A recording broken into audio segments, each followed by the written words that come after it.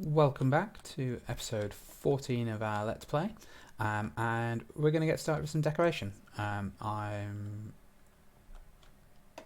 kind of tired of seeing that large block in the way, so let's just get straight into it. I want to just get started with some decoration to everything. I'm going to want illumination down here. I want to get rid of the torches. So the lanterns from Immersive Engineering are where we're going to go. So that's glowstone, iron plates. So we just want to start by making an iron plate. Which is just like so.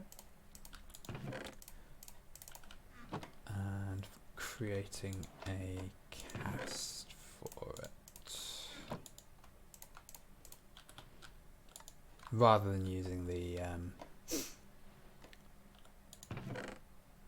hammer all the time. In fact, can we do this for wire as well? No, that's annoying. Okay, we'll have to get one of these types of presses for that. Not to worry, but that would have been a slightly simpler way of doing things. Right, okay, so we need 2, is it per 3? Yeah, 2 per 3. How many do we want?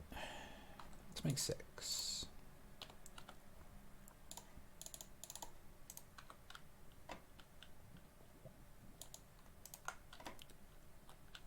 So what we're going to have is an outer edge banister around here with the lanterns either, depending on if they look like they stick to it, on the inside of here, or if not, on the top of it, and depending on which how precisely they appear will depend on what we want to do with it.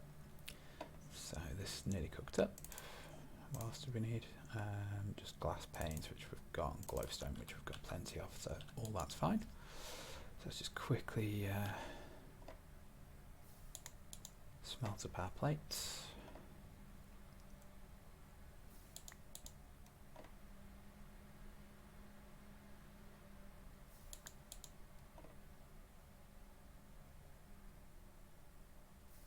Beautiful. Right, turn that back on.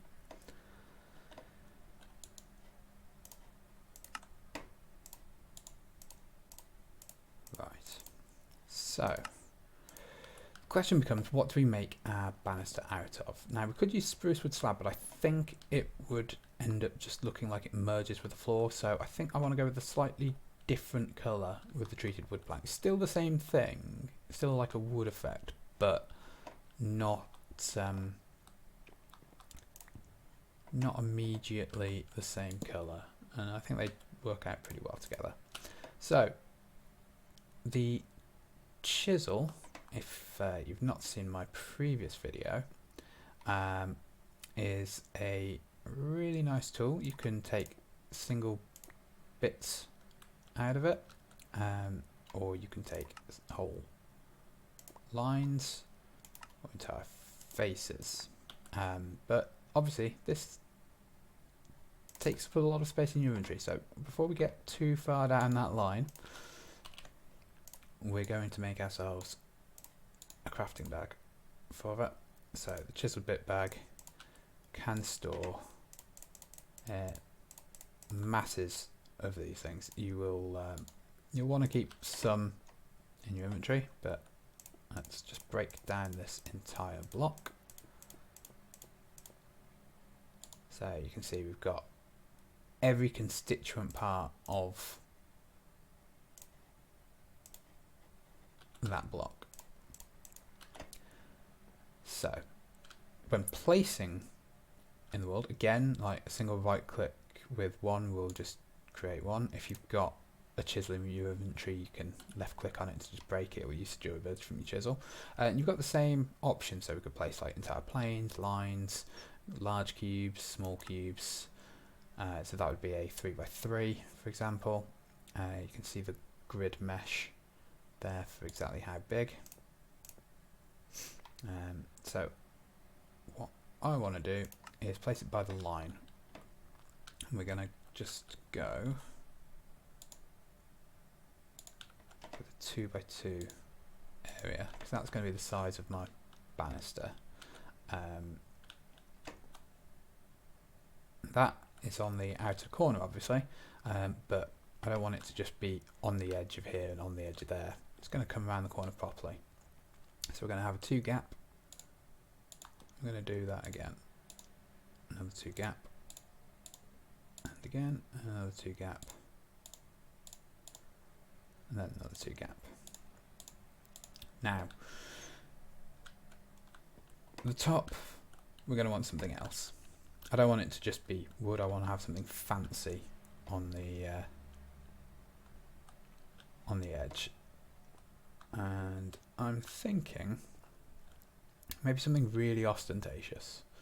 Gold doesn't look quite right, I don't think. I think something like aluminium brass might, but then again that's going to be really difficult to do. Electrum. What's the electrum block looks like? Yeah, that's not too bad. Although that's... how much gold do we even have? That might have to wait a while actually before we make a really nice looking one. We've only got 2 blocks. We've got 6 blocks of silver, so it is a... I'd need to make 4 more bits. Yeah, okay, let's do it. Let's do it. I'm not using the gold very much right now.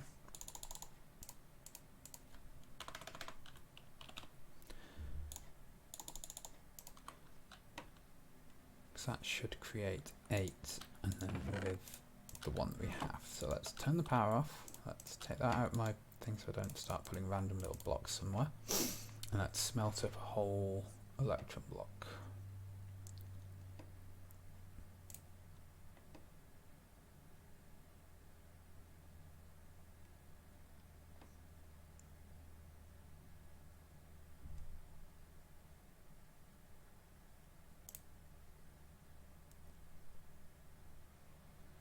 That'll convert up. I think this will look like a nice handrail.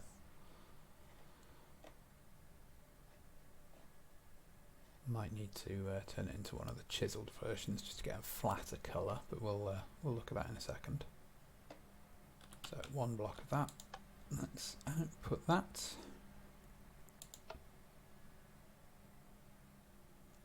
That's going to get pulled in before I'm going to get a chance to collect it, I guess. No, managed to get there. Yeah, actually, I don't think that looks too bad. Like, combine the colours. I think that's okay. It's going to be a real expensive banister, but that's all good. Okay. So, now what we don't actually want are these top blocks here, because that is going to be where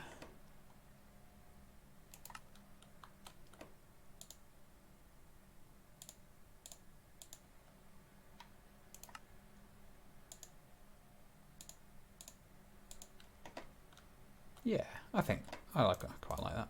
Right, now the ultimate question. Yes, it does create the thing. It does make it look like it's there. Perfect. I wasn't sure if it was going to do the connected texture on this side. That was the thing. Now, obviously, that is going to look a little bit odd from this side because it's not perfectly lined up with the planks. But wherever we end up creating that, we'll just create a broader part to make it look like it's got something to connect to. So that is perfect. Now, I don't want to have to do all of that by hand. Quite simply. So what we do now is we create a chisel design. Which just needs to be paper, lapis, and water. So let's get ourselves a piece of lapis, a piece of paper, and go and get ourselves our water.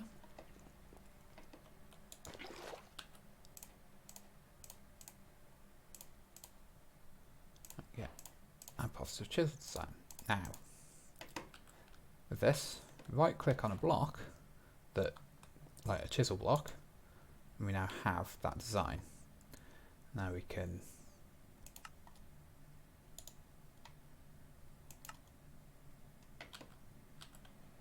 place it. You can see now in the world. Why is it not? Oh, because that's a slab. It's thinking it's going to go underneath, isn't it? Okay. That's oh, there we go.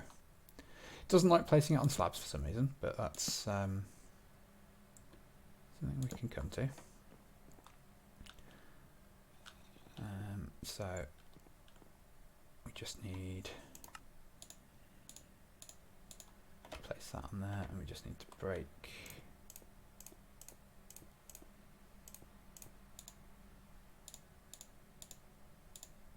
that like so.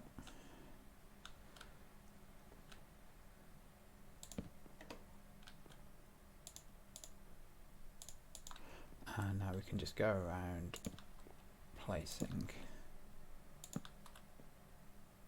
this. So this is 2 blocks of material going a real long way.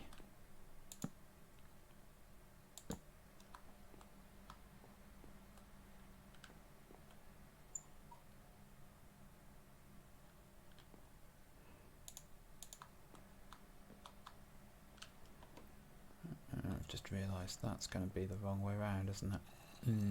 Okay, right, actually we want to take you out. We're not quite, I've got this the wrong way around, so let's just put you back in the things, because otherwise we end up having a double gap next to each other, and that's going to look wrong.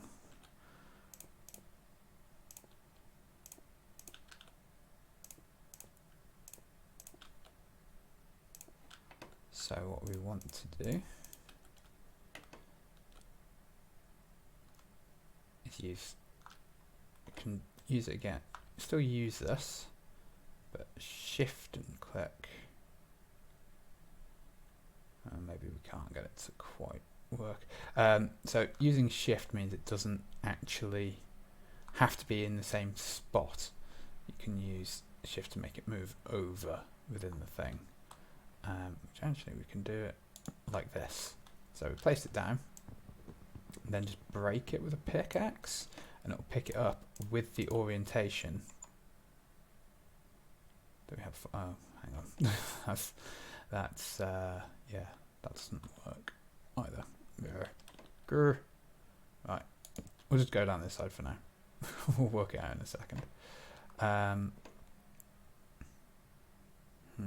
I think I'm going to have to, yeah, I think I'm just going to have to bite the bullet and do another one, alright, by hand. And then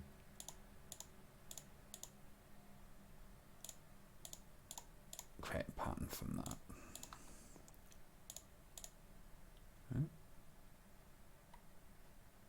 Undo that.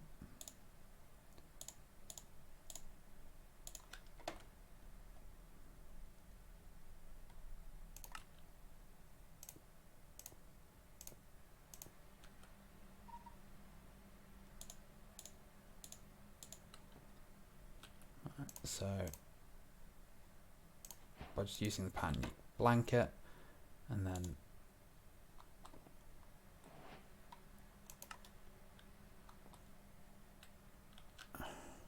getting the angle right on these things is a bit fiddly sometimes. Now you can do some really ornate and decorative things with this mod. I'm by no means an expert or particularly great designer with it, but the ability to create like all kinds of patterns.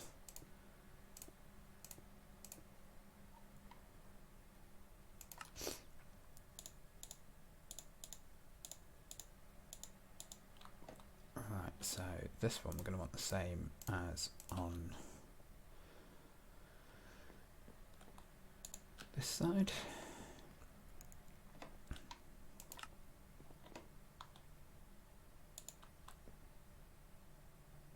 We might run out. Yeah, we might not have enough bits left. Yeah, we're probably out of the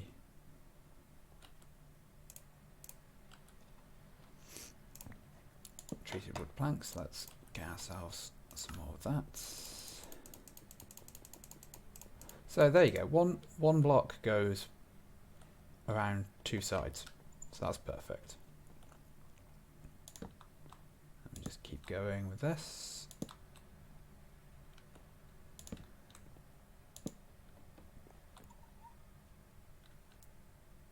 Place not there, on the edge here. Place those. Wipe that out again.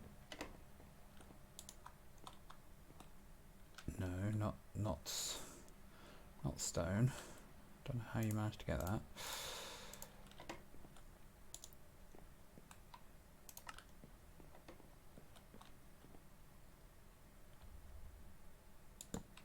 Boom.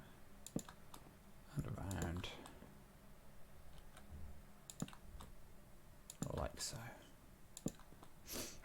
Now the banister's not high enough that I can't jump over it, which is fine. So I just need it to look nice. I don't need it to be functional anti-fall aspect. So we're going to want to put lanterns, I think, either side here. Now, do we want them in the corners? Well, they do only connect on one side. That's good. I'm guessing they connect on whichever side you tell them is the connecting edge. That's even better than I thought it was. I was thinking it was going to have like a double connector on, but no, that's fine. That works beautifully then. Okay, should now be able to just take all of these torches down and not have to worry about light. And we've got something nicer in place.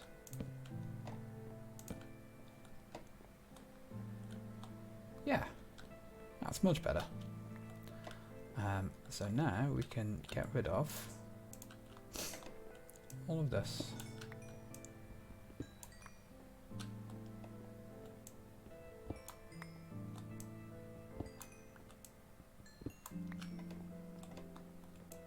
And there we go. That's a much nicer appearance. Nice dark banister with nice gold trim. And then there'll be more of those shelves looking kind of like almost bookshelves dotted around. It looks good from underneath. We'll deal with making the floor look good down here as well. Yeah, no, I'm pleased with that. I think that looks quite nice. So let's just put away chisel and bit stuff we don't need. Can't put the design itself in, that's fine.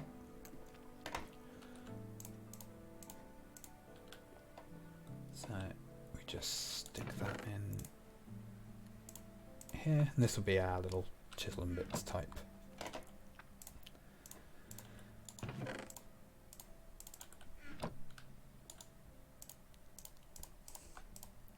Excellent.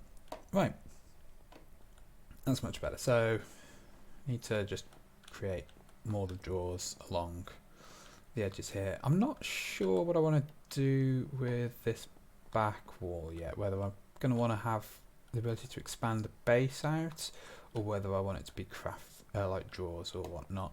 So we'll hold fire on that one for now. That might just end up being another like nether brick wall at that end. And the way that we'll take the drawers up here is by having the panel trims go underneath and around, because obviously we've already got the drawer controller underneath there. So by having it also have the panel bits out that side, more drawers there, more drawers there. So between things, I will get that lined up, and there'll be nothing but drawers around here. Maybe move some of those compacting drawers up to that side, so we've got those like top and bottom across the things. We shall see. Right, so just before we wrap up today, we need to discuss and get started with Industrial Foregoing. This is the next thing that we want to get up and ready. Tree fluid extractors are the basic bit to get started, so you need these in order to get the plastic, which is needed for most of the other machines. So 2, 3, 4 of those, and then the next part we need is the latex processing unit, which requires, well, that's nice, it can have all manner of things. Do we do the steel casing? That requires actual steel. Machine frame. Machine frame's quite cheap. Let's use that one for preference.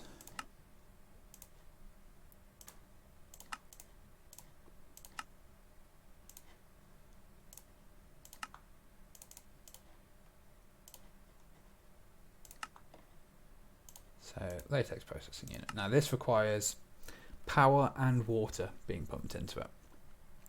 And at the moment, water is one of the more difficult things for us to automate. We could get a pump and get things like that going on. The water condensator is actually where we'd probably end up. That requires plastic in the first instance. So maybe that we just manually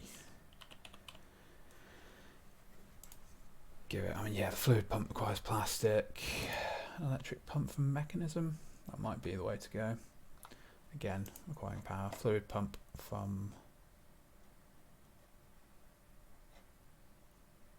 immersive needs mechanical components, which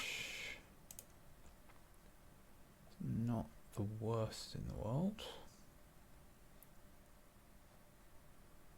Ironing aluminium, copper, some lapis, some paper. Okay, I think we can actually do that, can't we? Oh, just short paper. Okay. Yeah, so we can definitely do that. Yeah.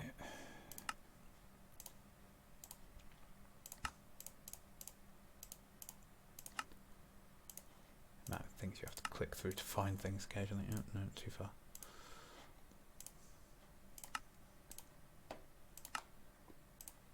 Right.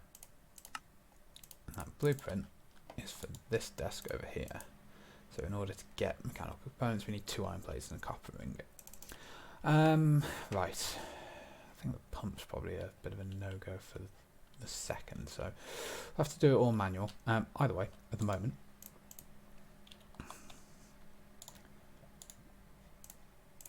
show you how the tree fluid extractors work. We'll go and place it where we're going to want it, rather than messing around. So down here, it always places, doesn't place facing. Okay, place it. It's a good question what direction and orientation that places. Let's go and get our crescent wrench, turn those things around.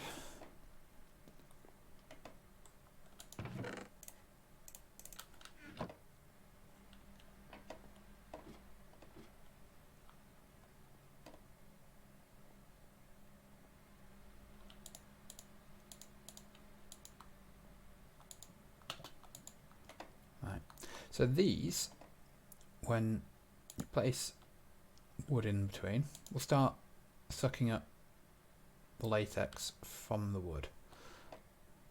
You can then either place a bucket in to collect it when it reaches a full bucket, or you can just pipe out of it. So we're going to just be piping out of it using fluid ducts, which is what we've got here, taking out from the coke oven into the fluid interface. Ooh, that's a thought, do we want to fluid interface the latex? Because then we can actually have the processing unit elsewhere. Does that really make a difference? No, I don't think it makes enough of a difference. So,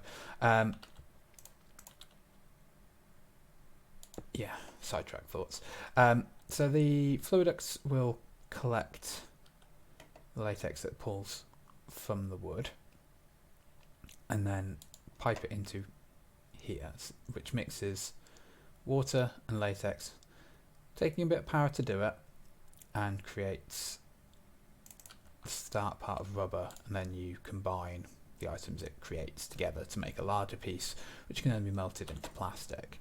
What we'll need is a way to place oak wood down semi-reliably, a way to take the latex from here into here, and a way to put water and power into here and then take the items out. Taking the items out is easy. We've got our refined storage system right here, so we just take a cable down the back here. Power is going to be a bit trickier. We're going to need to bring our power from over here, and we are probably going to need more power overall. These crafters and the refined storage system are starting to eat up more and more of our power. This now takes 50 per tick.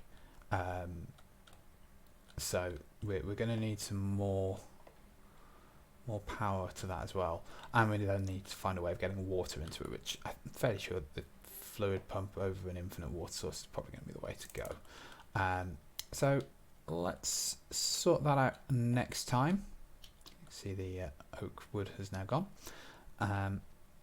Yeah, so we'll sort out automating all of that next time. We'll get into plastic, and then from that we have so many things we can do, making conveyors and getting into animal farms and automatic planters and all kinds of other things. So we'll look at that next time. So thank you for coming and joining me with this, and I'll see you there.